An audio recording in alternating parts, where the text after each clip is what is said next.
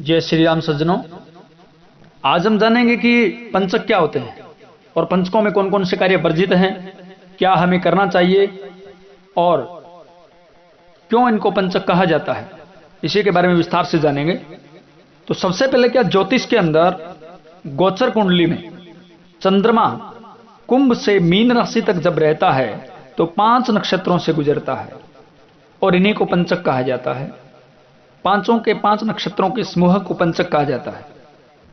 ये नक्षत्र हैं धनिष्ठा, शतभिषा, पूर्वा भाद्रपद, उत्तरा भाद्रपद, रेवती। इन नक्षत्रों में किया गया शुभ कार्य फलित नहीं होता है और कुछ विशेष कार्यों को शास्त्र में वर्जित बताया गया है। इनमें आप विशेषकर कोई शुभ कार्य ना करें।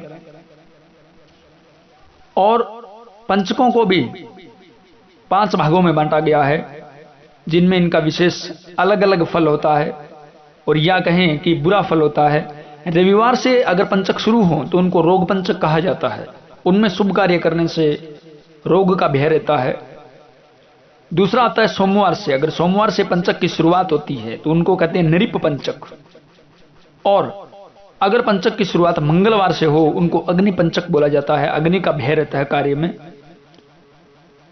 अगर पंचक की शुरुआत शुक्रवार से हो तो उनको बोला जाता है चोर पंचक। चोर आदि का भय रहता है, चोर पंचक कहा जाता है उनको। और शनिवार से अगर प्रारंभ हो तो सबसे घातक होता है मृत्यु पंचक कहा जाता है। जैसे मान लो अगर किसी की मृत्यु हुई है तो उसकी शांति कराना अनिवार्य है।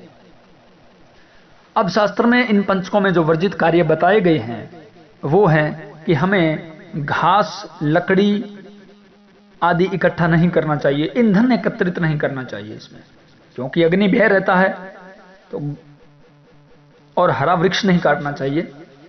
घास, लकड़ी, ईंधन एकत्र नहीं करना चाहिए। चूल्हे का निर्माण नहीं करना चाहिए। दक्षिण दिशा की यात्रा नहीं करनी चाहिए। छत नहीं डालनी चाहिए। चारपाई नहीं बनानी चाहिए।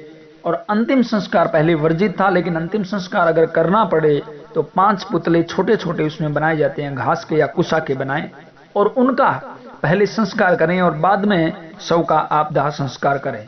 ऐसा गरुड़ पुराण के अनुसार कहा जाता है। तो इससे पंचकों के दोष की निवृत्ति हो जाती है, या यूं कहें कि उनका दोष बहुत कम हो जाता है। तो पंचकों में सिर्फ यही कार्य वर्जित है। अगर आप पंचकों से 1 दिन पहले भी कोई कार्य शुरू करते हैं, 1 घंटा भी आपने पंचकों से पहले कार्य शुरू कर दिया है तो आप उस कार्य को कर सकते हैं, उसमें कोई दोष नहीं है। लेकिन पंचक के अंदर शुरू नहीं किया जा सकता। कुछ लोग रक्षाबंधन पर भी पंचक को अलग करके और फिर मुहूर्त बनाते हैं। रक्षाबंधन का त्योहार ही पंचकों का त्योहार है। आप पीछे देखिए, जितने भी रक्षाबंधन आए हैं सब पंचक के अंदर ही आते हैं। ये त्योहार ही पंचकों का है। तो इसमें आप भद्रा देख सकते हैं। भद्रा एक कुमुहूर्त होता है, बुरा समय होता है, उसको आप टाल दें, उसमें आप राखी ना बांधें। विशेष करके भद्रा की प्रथम घड़ी, भद्रा का जो समय बनता है उसको 4 भागों में बांट ले और उसका पहला समय वो विशेष करके आप टाल दें। लेकिन पंचकों का दोष रक्षाबंधन के अंदर नहीं है।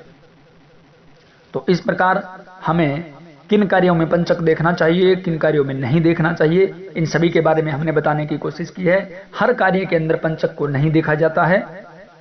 बहुत से ऐसे कार्य हैं जिनमें पंचकों को शुभ भी माना जाता है।